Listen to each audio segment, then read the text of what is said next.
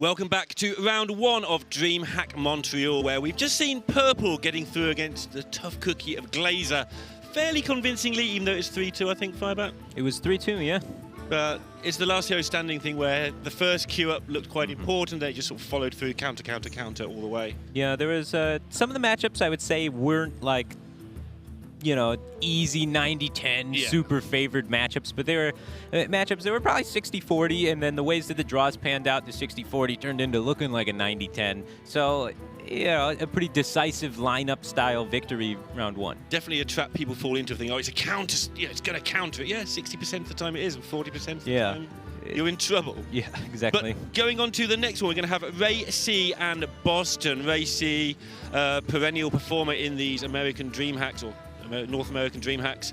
And Bozzzton has just been performing everywhere this season, this year. He's already had 3 top 16s, including semi-finals in Take TV's event in February. So not many people got more than 3 top 16s this year. That is impressive. Yeah, we don't really document the top 16s and top 8s usually too well, but it is an achievement. It's very difficult to do. That means he's making it out of the Swiss quite consistently. Yeah, I mean, he plays a lot of events, but he is a player that we've seen do well in championships and playoffs as well. And again, Ray, a player, he's had to have a bit of time off, unfortunately, so it'll be interesting to see how he gets back into things this time around. But he is a very skilled player. It won't take him long to fit back into the run of things, as we see here, the picks and the bans. Right, so the Warlock banned away from Rayc. Rayc is bringing the Zoo Warlock, and then Boston's Druid banned out, and he is bringing the Token Druid. So picks and bans there, typically speaking, Zoo kind of counters Druid. So I would say Rayc's maybe getting a little bit of an edge there on the ban phase, seeing as, you know, his counter for Druid gets banned out, and he happens to ban out the Druid, so maybe a little bit of predictability there from one side or the other. I'm excited to see the possibility here, because Boston's got the Quest Rogue and Ray has the odd Paladin. I want to see that matchup in a competitive setting, because that's very hotly debated at the moment. Very hotly debated. A lot of players say that the Quest Rogue is actually favored if it runs multiple copies of Fan of Knives, and some people say there's no way aggressive Paladin, or the odd Paladin is so aggressive that it's going to smash them regardless if they have Fan of Knives or not. I mean, I'm on the side of the Rogue. I don't know about you. I'll go first, so I don't sound like I'm copying you. Which one do you think's favored? I do think Rogue with Fan of Knives will have an edge against the odd Paladin. Do I think it's favored? I don't want to say favored. I think is too strong of a word. I think it's got. Is it more than 50%? More less than 50%, or exactly 50%? Well, it's not exactly 50%. Right. So which one is it? It's favored slightly more than 50%. Good. But I would go like 52. Yeah, we have to sort of put you on the spot, because that's why you're here.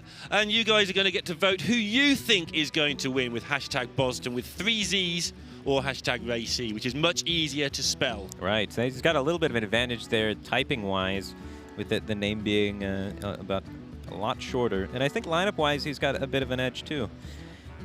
It seems like the Malagos Druid, the Tempo Mage, and the Odd Paladin are going to line up pretty well against the Quest Rogue, Zoo, and Subject 9 Hunter, with maybe the Zoo being something that's pretty hard for Rayc to stop.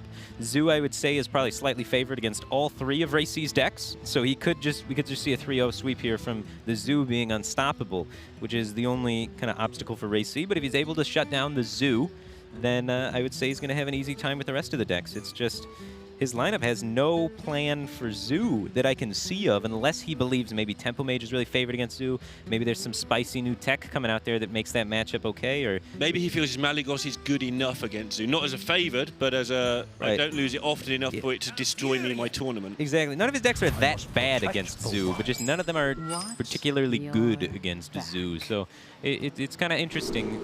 But we are going to start off game 1 with Rayc on top on the Malagos Druid, and Boston on bottom with the Quest Rogue. Yep. Sorry for the graphical error there. And Quest Rogue, we're going to see it played a lot, I think, because of the nature of the format. In Conquest, you see it banned a lot because it can just destroy your lineup. Yeah. But I think in Last Hero, it's so easy to counter that people are going to leave it up a lot of the time. And this is a really fun matchup. This is, I would say, a lot closer to 50-50 than people believe. If you look on ladder stats are going to say that the Quest Rogue wins most of the time. Probably 60-40, something maybe even greater. But when Malagos Druid is piloted properly, it can stall for a lot of time using the spreading flags and set up a lot of damage. And sometimes just playing an early Malagos on turn 7 or 8, Quest Rogue doesn't have Sonya yet, doesn't have the quest done maybe, they can't kill the Malagos, and they just fold from there.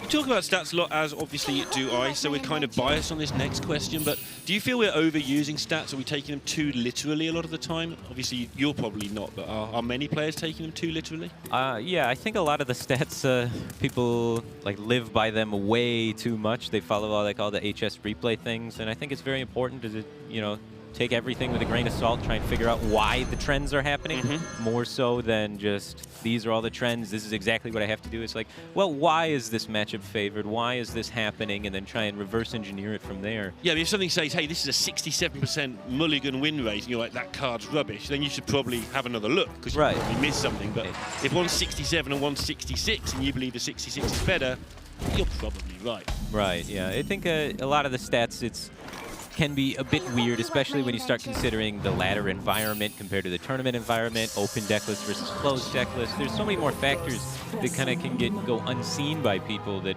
you need to make sure as you're preparing one of these lineups that you look into all these factors and try and understand why everything's happening. I mean, they literally mean something different if you filter by legend every day of the month. Yeah. On the first of the month, there's a 16-player sample size who are probably really powerful players.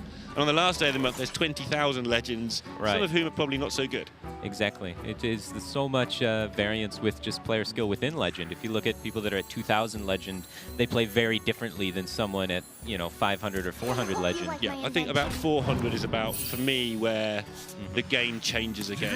It's interesting. If you look at like the stats from HS Replay and compare the sort of win rates of all the decks, and then you take a tournament like the playoffs in Europe that just happened, and then you look at the win rates of all the decks throughout the course of that tournament. Granted, it's a fairly small sample size. It's an okay sample, though. It's a big enough to have a go sample. It's like a couple hundred people or whatnot, and then you look at that sample size against the HS Replay data. They're 100% different. There's so many trends that are just not seen in the HS Replay data, and that's because people play differently at all different levels of the game.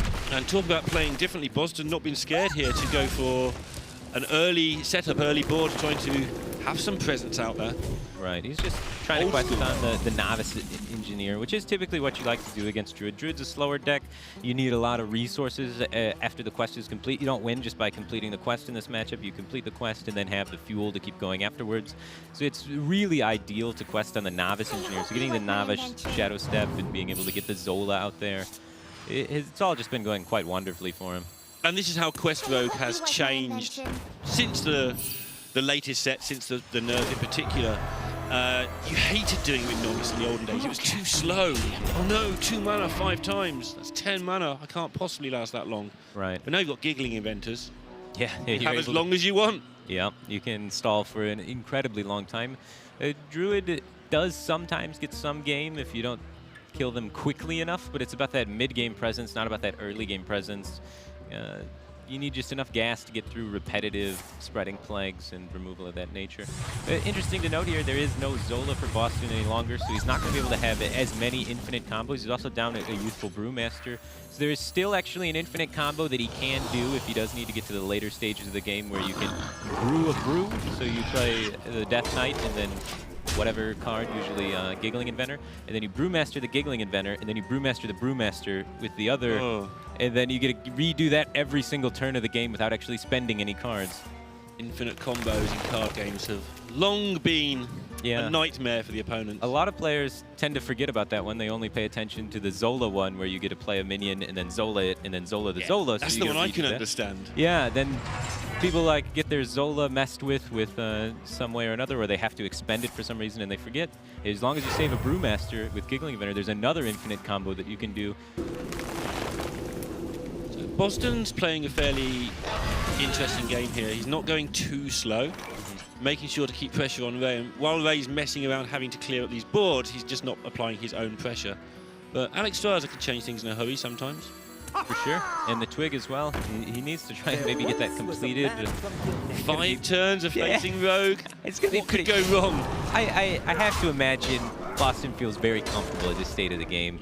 Rayc wasn't able to do anything super crazy this game where, traditionally Druid has twice as much mana as you, able to do some wacky stuff. That's ways that it can kill you before things get out of control. With preps and vanishers and Giggling Inventors all in hands, possibly even in that order. It's a good way of playing around spreading plague, as is just hitting your opponent for 12 a turn. It's always nice. So Rayc, of course, here going for the Alex. He needs to be able to set that life total to 15 so he can start doing things like ultimate infestationing the phase. Excuse me. Yeah, that's you don't want to see that if you're Rayc. Bozzzton there now as the healing card in Quest Rogue. He's going to be able to heal outside of that burst range, which is going to give him a lot more time to pressure his opponent. The last thing he's missing is maybe... Just checking there's no lethal here. Oh, yeah, that too. It's kind of close. Right. It's only 20, I think. 21. Yeah, he gets to go the 4, 8, 12, 16 with the deckhand, and then he can banish it back and then do 2 more deckhands for another 8. So that's 24. With the dagger is 25. So, yeah, he is 1 damage off lethal at the moment. Now, the Fan of Knives here could draw something, right? Yeah, bounce would be nice. With a Shadow Step, it's lethal. Yeah. Yeah, I don't think he's going to be too gutted, but, you know. Yeah, now you just play the Giggling Inventor, go face. He has not any risk of dying. The max burst range from Rayc's deck at the moment is going to be 12. Yeah, just Malagos, double Moonfire. Not a lot can be done. With only 1 taunt in play, Naturalize can be used unless the Glacial Shard comes out. So, of course, we see that. So you can't get that Alexstrasza push through. That does set up lethal for next turn, even with what we can see. Yeah.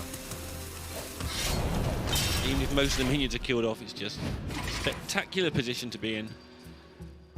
And pretty clinically driven here by Bozzzton by the look of it to me. Managed to keep the pressure on right from the start. Yeah, just got a quest done with Novice Engineer, which gives him this great mid-game presence that he now has. He has tools to get bouncers and stuff.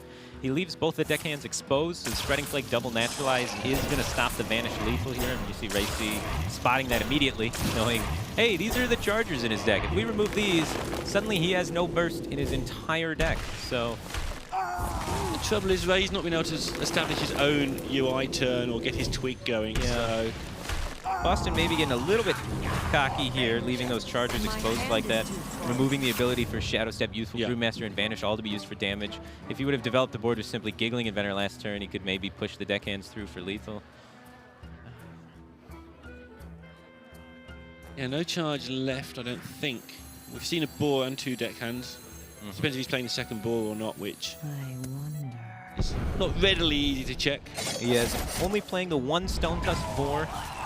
Looks like. So, Not even needing the Vanish though, just going to gain 1,000,000 health. it's an odd trend. It seems he's not the only player playing only 1 Stone Tusk boar. Yeah, I've seen this. I've seen it in HCG a couple of times as well, where you don't need to drop both. I mean, sometimes 3 is the right number of things you want.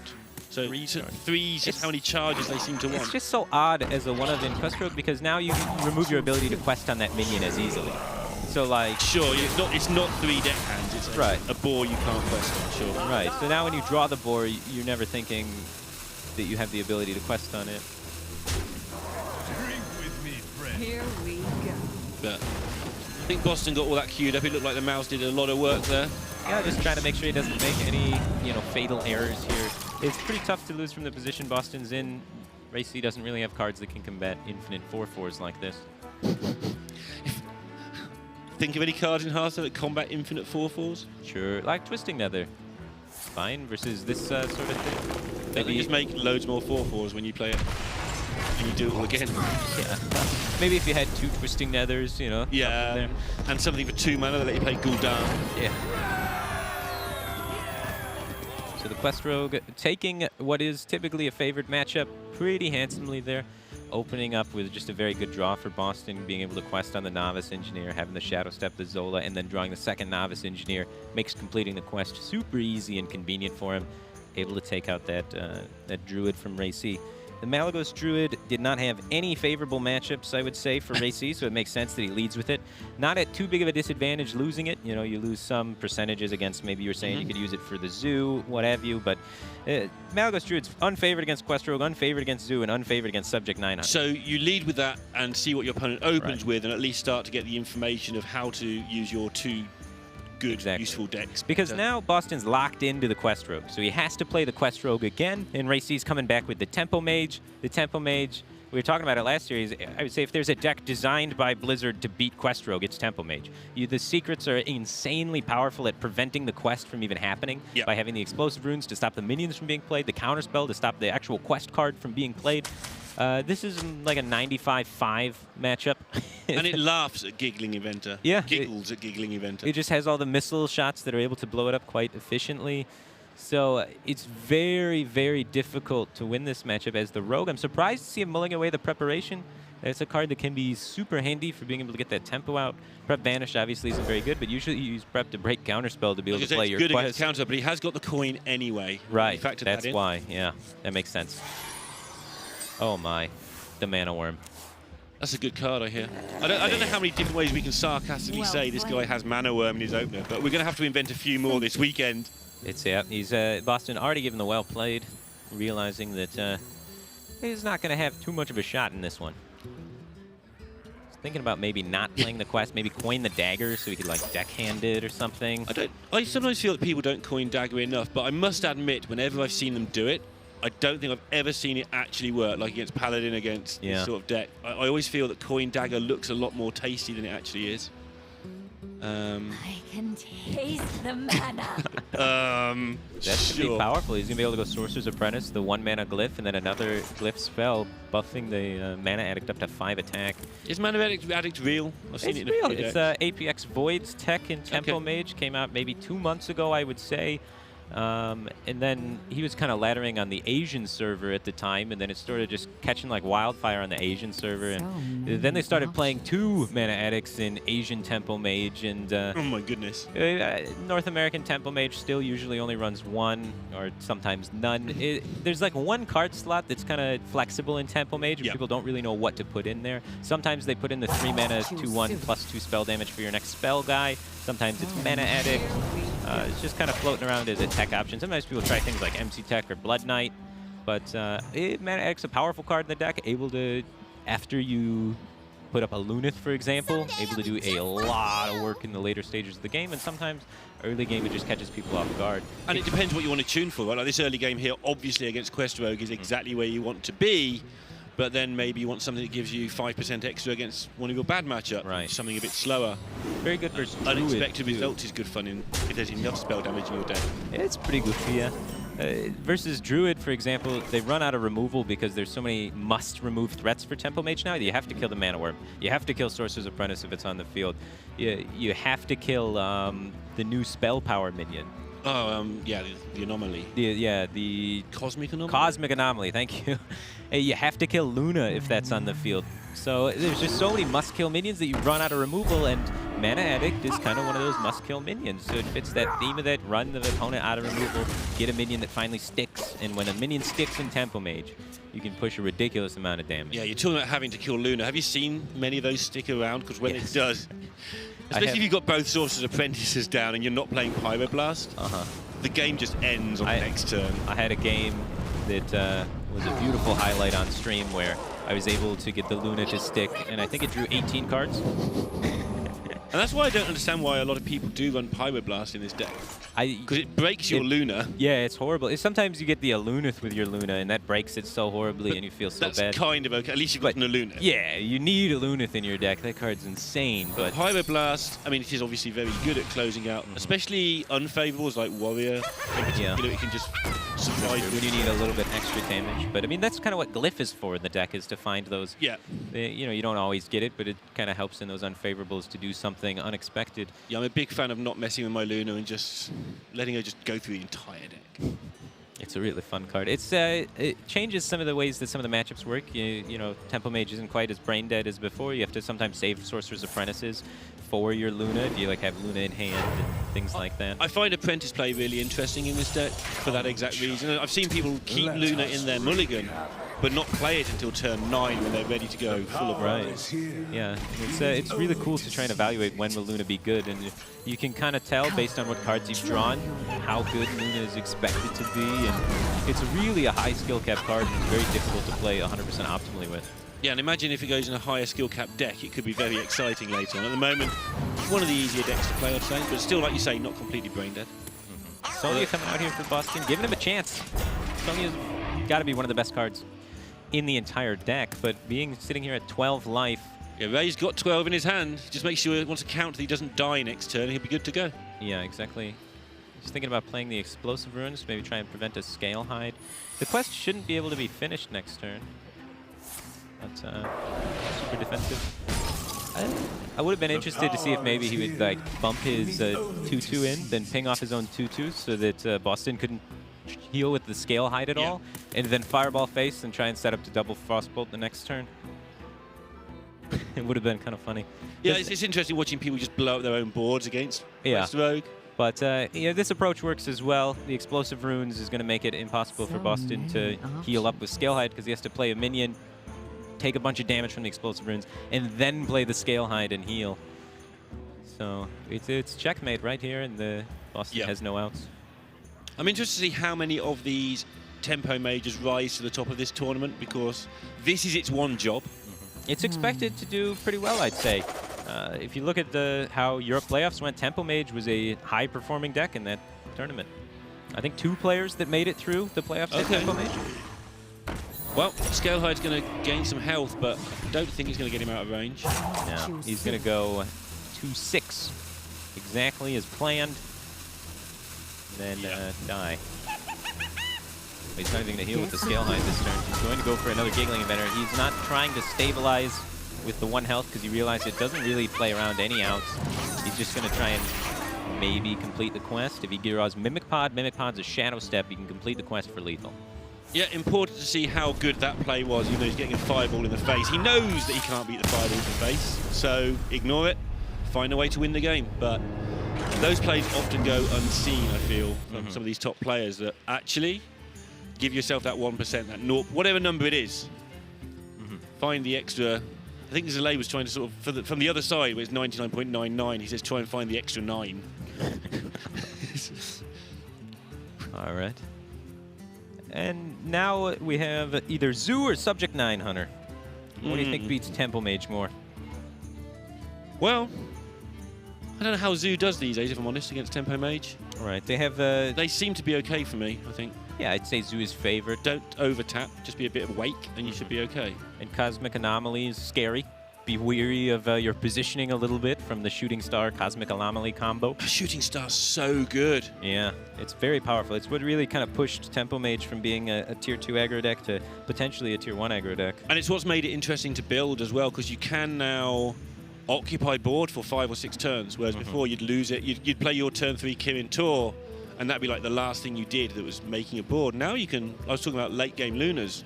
It's the Shooting Star that's made those late game Lunas sometimes possible to sneak down and stick. Right. And then the Subject 9 Hunter, usually I would say, is slightly favored against Tempo Mage. It just has better early game tools, better early game minions, so winds up being all right. This is a deck I find very hard to evaluate, the Subject 9. I've played quite a bit of it. And it's one of those decks where, because there's so many different types of synergy going on, playing 50 games of it isn't enough. Right. Because you'll have a massive spread of results over that time, depending if you ask one player or another. What happened to you? I just always draw my beasts. What happened to you? I always draw my secret key, 2 secrets. What happened to you? I always draw absolute nothing. It doesn't work. Wow, another Mana Worm hand from Rayc. This is a card that dramatically changes all of the results of the Tempo Mage game.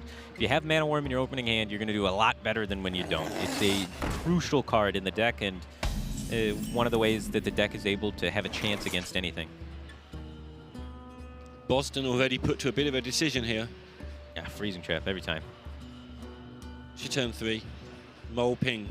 Yeah, well, hopefully you find Animal Companion off the top, or Eaglehorn Bow, even better. Yeah, 3-mana Mana Worms aren't quite so good. In fact, they're nowhere near as good, right? Because it keeps them a long way out of the time. Don't get to use the coin with it. And you do have a good chance of getting... yeah, he's just hovering over everything as if he's got other choices here. Right. To try and bluff, maybe he is choosing the perfect trap or something. Yeah, that's what he's going for.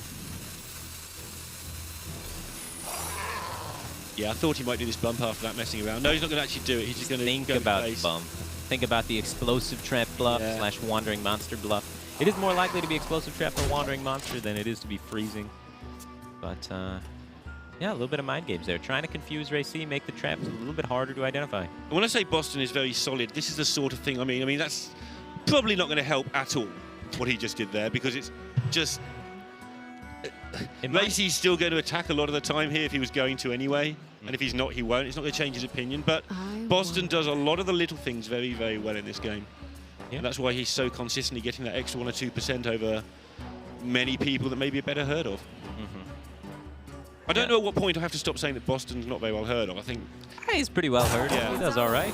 He usually brings a fairly standard and vanilla lineup. He is bringing, you know, the Subject 9 Hunter, which is one of the newer decks, but it's generally pretty cookie cutter kind of style of deck player.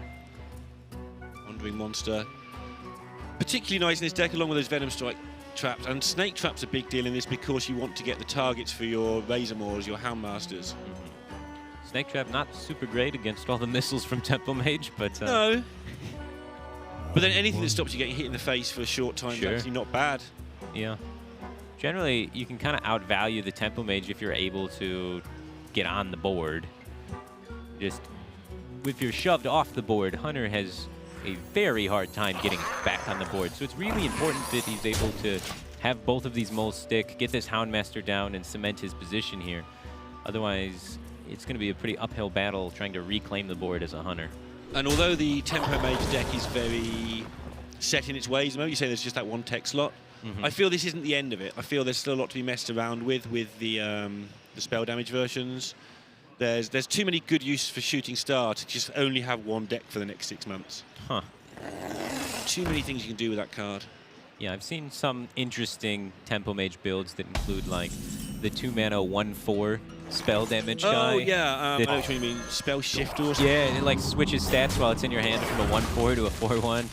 That card's good. That gives you options. You can either hit them or you can just defend with your 1/4 Stodgy. You're laughing as if you hate that card. It's an interesting build. I'll just leave it as interesting. That's the caster interesting. You learn quickly. Yeah, the caster speak for probably not good. They call me an interesting caster. Oh, jeez. I'm sorry. Yeah. You know what? Exactly.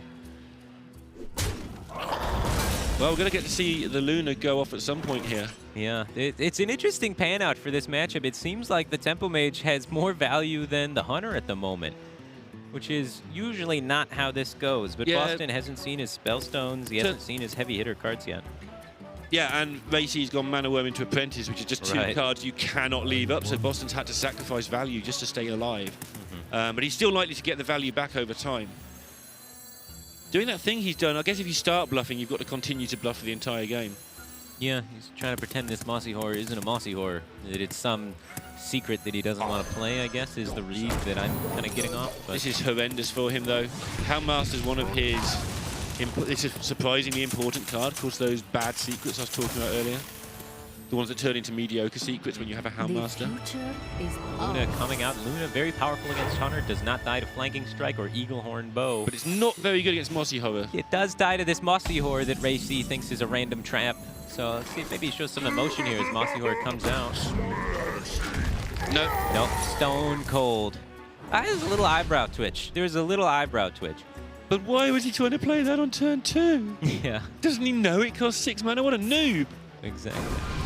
So yeah, Rayc fell for it. He had no idea that that was the Mossy Horror.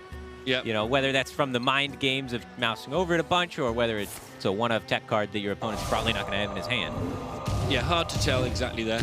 So yeah, Rayc could have, you know, assimilated that it could potentially be a random secret that he couldn't play, or could be that Mossy Horror by this point, because he knew it probably wasn't the Spellstone. Beautiful time to pick up the tracking. You've run out of great options. And health total high enough, this Eagle Horn Bow is a potentially decent pick because just going to be able to keep the last 1 or 2 minions in check here. And if Mage can't hit you with their minions, it's not quite as true as it once was. They can finish you off with spell damage and Cinderstorms and stuff, but basically if you're on 23 and the Mage has no minions left, you're usually going to do really well. Right. Rayc just picking up more burn that's not quite useful yet. He needs the board. He does not need burn damage at this point in time in the game. As you were saying, the Hunter's health total is just too high. A Luna. That's a card that's pretty good when you start running out of gas. It's like the Rexar of the Mage class. You say things that I'm thinking. It's great. I'm just going to say that all weekend and make it sound like I'm clever. But no, it's exactly the card you need on 6. If you don't get it, this will match you are not winning. But Yeah. with the 2 fireballs and a Luneth still to come, and Bozzzton out of gas, Ray might sneak this one. He still needs to find some damage from the board, or he needs to find damage from Glyph, because he doesn't have enough direct burn in his deck, actually, to kill his opponent at this time. So he might draw his entire deck and then just fatigue himself with his Elune at the moment. Yeah, one thing that happens, I always word it this way, is Mage runs out of mana. He gets all these cards, but it only has maybe 29 mana from now to the end of the game to kill off his opponent. So you've got to be very careful how you meet that damage out. Blizzard is an absolute insane pickup from the Glyph, too. It's going to line up very well against this Bear Shark and this Spellstorm. And it kind of translates into face damage because it's going to make the missiles able to clear the board and go face. Oh, my. Well, goodbye board. And that's gone from Bozzzton looking like a game-winning pickup, but right. Ray took that Blizzard for this eventuality, knowing that he could beat 1 minion at a time. Yeah, and that Cosmic Anomaly, it's not going to stick, but it's going to get another 4 damage because Bozzzton has to Eaglehorn bow it down, and that's going to put him into a health total. Not good enough. Yeah. Fireball is the old-fashioned 15 that all Mage players know. And that's going to mean that Boston's not going to be able to get there. Yeah, this is the deck that he, picked into the Temple Mage. This is what he thought was better against it than the Zoo, or maybe he was just saving Zoo to try and counter the Odd Paladin with it. Thinking he didn't want to run this Hunter deck into anything, especially that Odd Paladin, though. Right. Because if you don't get the early start, the Odd Paladin just runs you down. You can get lucky, you can get explosive traps and get your Secret Keeper rolling and that sort of thing, but really, it's not that easy. So maybe he just felt that was so bad, he'd throw it into this one now. Seems reasonable. But Ray getting it done with Tempo Mage. So Ray with the Temple Mage that he's going to be queuing up next because you have to stay on the deck you've won with. And the Odd Paladin still left in the reserves after that. Just has to take down the Zoo of Bozzzton. The Zoo of Bozzzton sounds like a real place. It probably is. Bozzzton Zoo.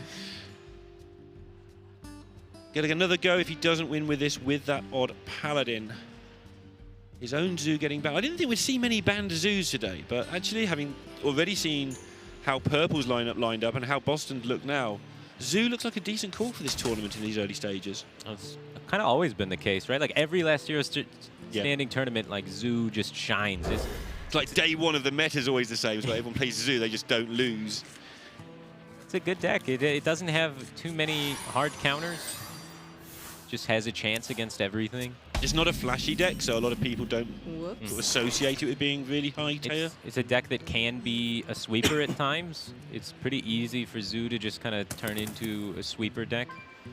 We had the DreamHack about a year and a bit ago now during Shaman Stone, where Shaman was the only ban available, where Zoo was just every match. It was just whoever won with Zoo won the match. I think it was Winter last year, the year before. Tough deck to counter. Odd Warrior does really, really well at countering it. Yep. But other than that, what is your other counter to Zoo?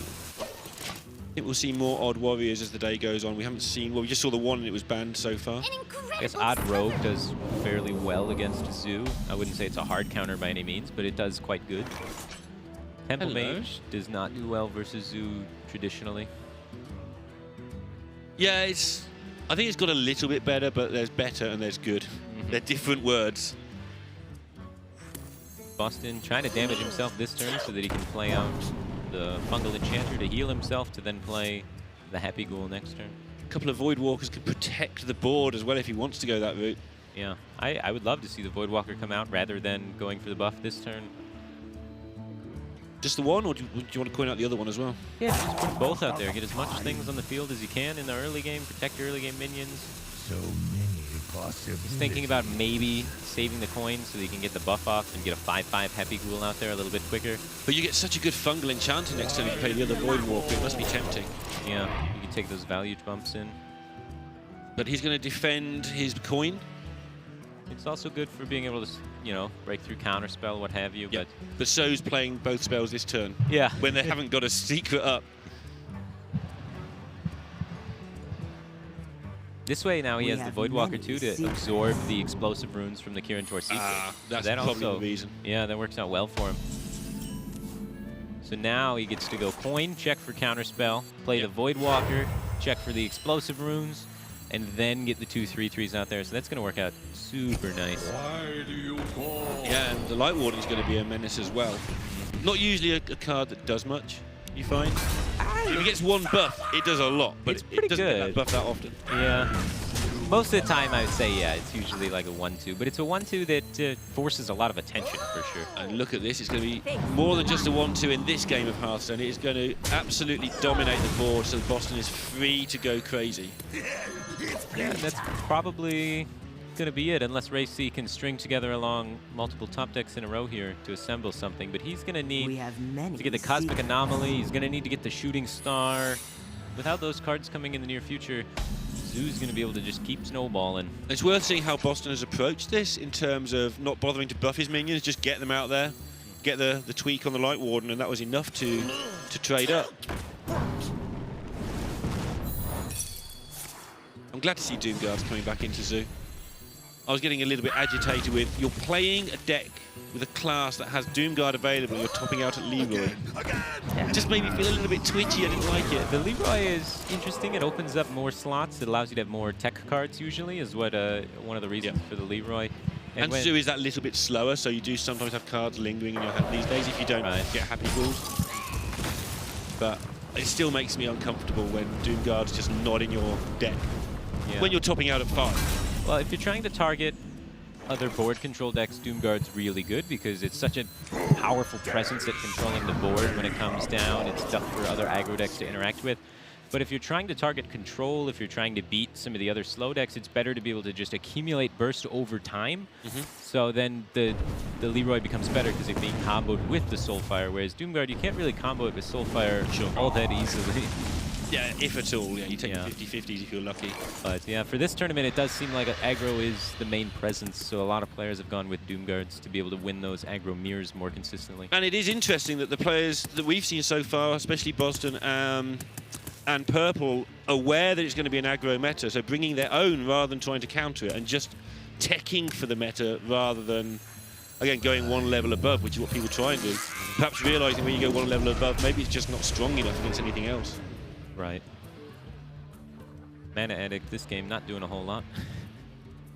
Are we going to see the Fireball trade or setting up a ping? This is the second Fungal Enchanter, so he's hoping there's not too many heal cards left from Bozzzton. Only the double Voodoo Doctor left for heals out of range. Maybe a Fungal Mancer to buff him up.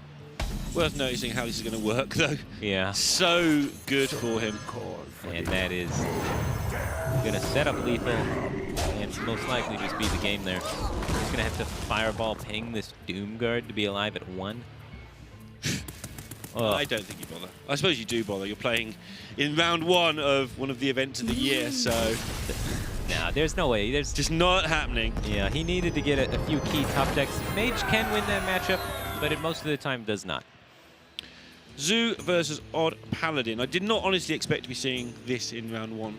It's between two powerful players. An interesting matchup for sure. Paladin's fallen out of favor a lot. There's not been too many Paladins seen on ladder. I think one of the things with Paladin is there's very little room available for innovation.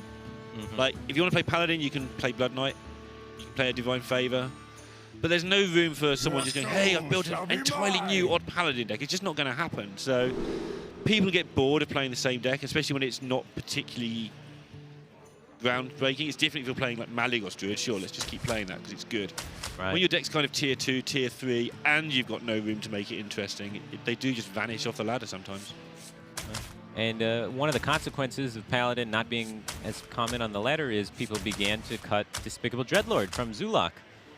And Bozzzton Zulok here, there are no Despicable Dreadlords in it. That is the best card against Paladin. Well, that makes a massive difference then. Right. I don't even... Like, I've seen so little Paladin on ladder lately that I'm not so sure which way this matchup actually leans. So this is an exciting I think I favour the Paladin with no Dreadlord. Yeah, maybe. I don't know. With when Dreadlord... it's open list with no Dreadlord. Right. That is a big factor, too. Open list. So now you know that they can't stop you from going live like that. On ladder, you're probably still favoured as the Zoo because they're not going to play into your imaginary Dreadlord. So there is definitely a bit of difference here in the statistics. Like, knowing that, I'd say. So it's going to be interesting to see who's going to be able to take this one. But it is close. Zoo does have an array of easy ways to get on the board, some vaguely high health minions relative to Paladin. Typically, the reason why Zoo's favored, one is Despicable Dreadlord, able to AoE the board, fantastic. That's not going to be the case here today. But the other way Zoo is able to take huge advantages in the matchup is Happy Ghoul. The Paladin power spike happens on turn 5. The Zoo power spike happens on turn 3. Yep. So it's a big difference. If you have your power spike first, you can kind of get ahead on board and contain your opponent's board so that their power spike doesn't happen. So the nature of the Paladin deck just having its spike a little bit slower with the level up and with the Fungal Mancer being their huge things, and Zoo having the Happy Ghoul, which comes out faster. They get the Happy Ghoul on the field, they get ahead of the Paladin, and then the Paladin can't get that level up that usually decides games. And talking about getting ahead, people who've heard me on Global Games will say I think this is a matchup about who has the most things. Doubling Imp followed by Life Drinker Happy Ghoul is a great way to get yourself the most things compared to that Paladin. And again, oh, this is beautiful because this board won't be dealt with by turn 5. Right. Bozzzton's going to get a Fungal Mancer off, and that's 4 more health. 4 more health is 4 more dead dudes. Yeah, That's just a really good way of keeping the board. looking like Zoo is in a very dominant position at the moment. Rayc needed maybe the weapon there to be able to have something done.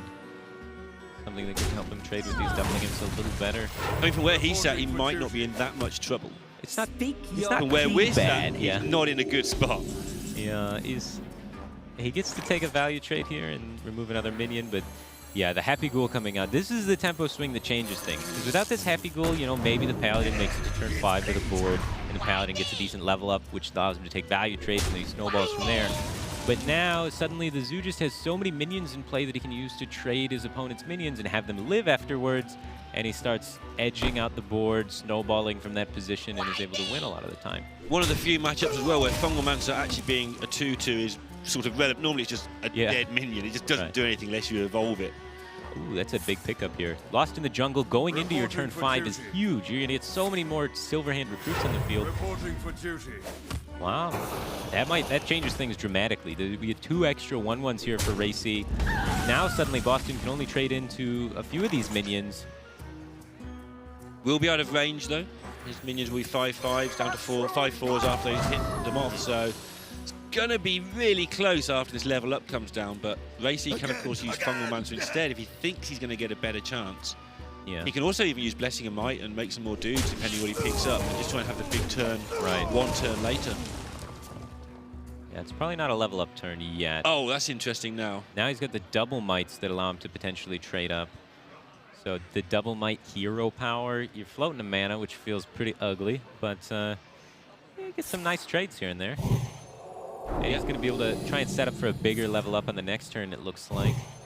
Yeah, it's not so much bigger as on a better position, right? Right. You'd have to take trade them all away here. It'd been a nice level up, but 3/3s don't match up at all well against 4/4s, but they match up mighty good against 2/2s.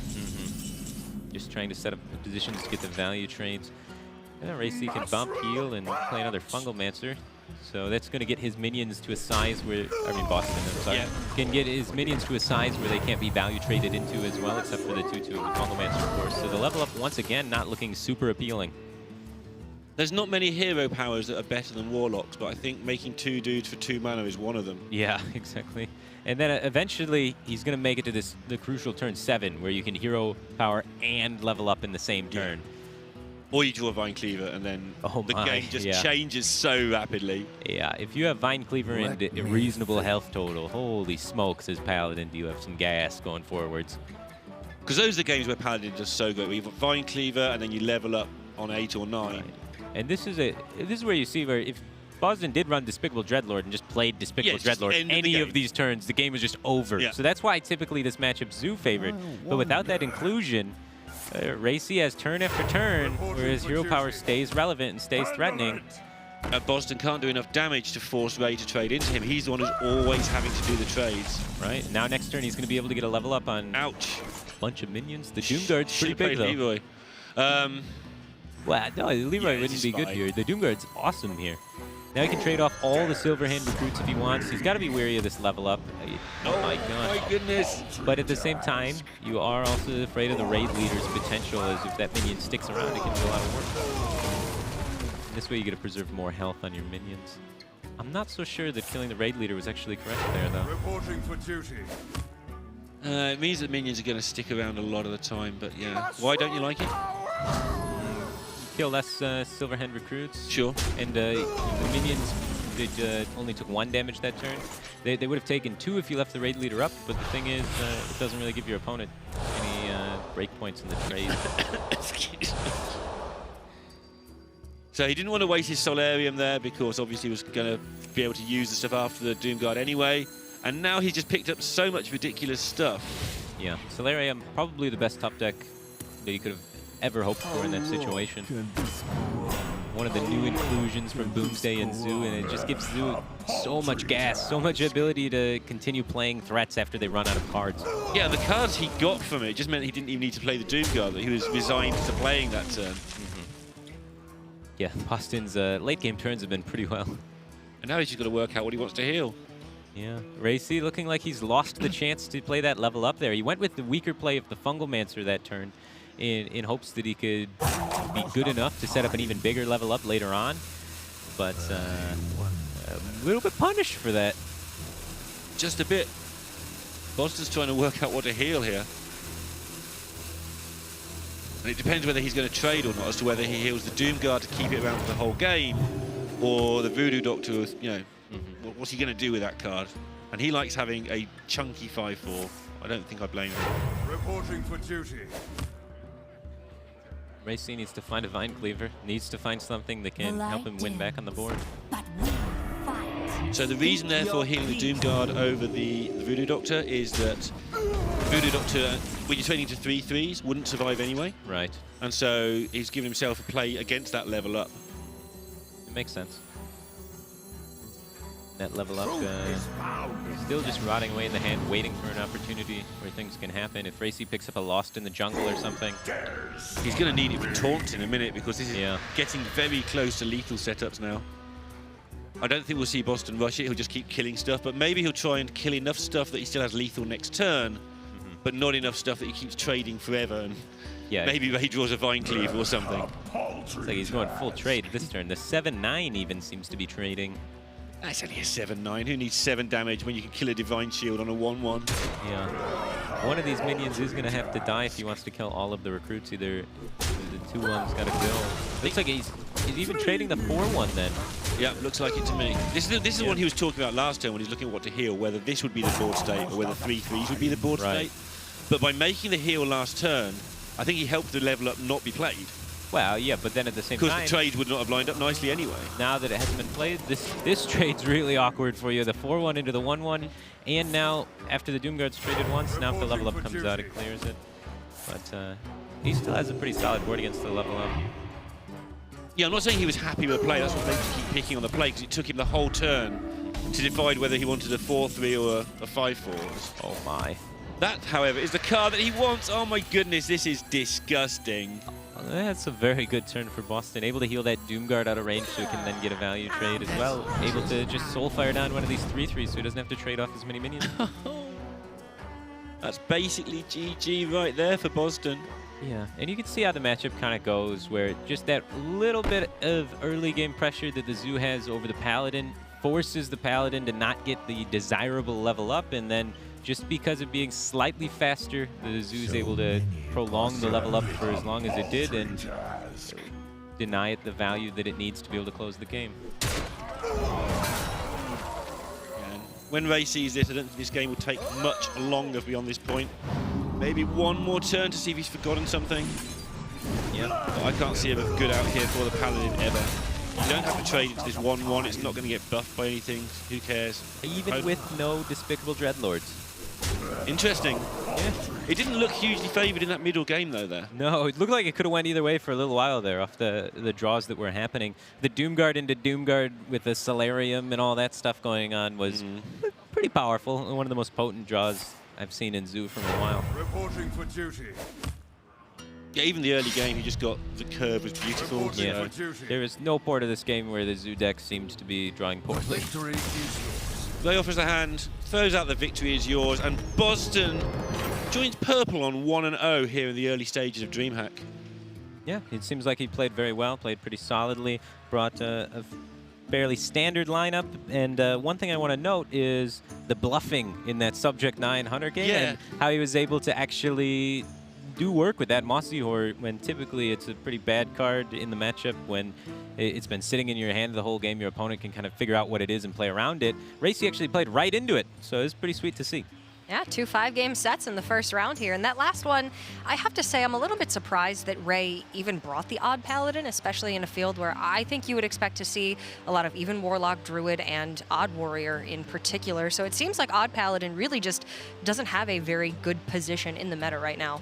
Maybe he's on the side of it beats Odd Rogue, Quest Rogue. Yeah, maybe. A lot of people still believe that. I'm not sure I'm on that side. But It beats a lot of things when they don't prepare for it. That's for sure. If true. people are saying, well, the metagame's even Warlock, Token Druid and what have you, and there's a bunch of things that beat Paladin, no one in their right mind is going to bring Paladin, so I'm going to cut my Fan of Knives from Quest Rogue. I'm going to cut this from that. And then all of a sudden, Paladin's one of those decks that can sneak up on you and easily 3-0 sweep a series if you're not ready for it. Does seem like the Quest Rogues, you maybe are electing to cut that Fan of Knives, but even against Token Druid, Fan of Knives can be useful.